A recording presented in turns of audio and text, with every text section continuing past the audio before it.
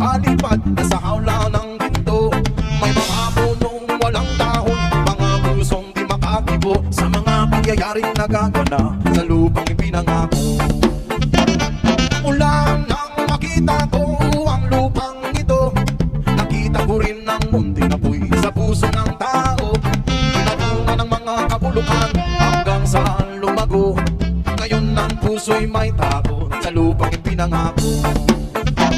Nabi mga kaibigan at makinig kayo, ako'y may daladalang balita galing sa bayan ko. Nais kong ibabahagi ang mga kwento at mga pangyayaring nagagana sa lupang ipinangako. Dati-dati ang mga bukid ay kulay ginto.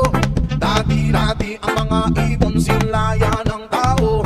Dati-dati ang katahimikan, ang musikang nagpapatulog sa mga batang walang muwang sa mundo. Ngayon ang lupang ipinangako ay nagsusumamo. Patakan nyo ng luha ang apoy sa kanyang puso. Tingin nyo ang mga sigaw ng mga puso ng taong inyong dadamit kabilang sa inyo. Dukol mga kaisunan o paminaw kamo, una ako'y dalang balik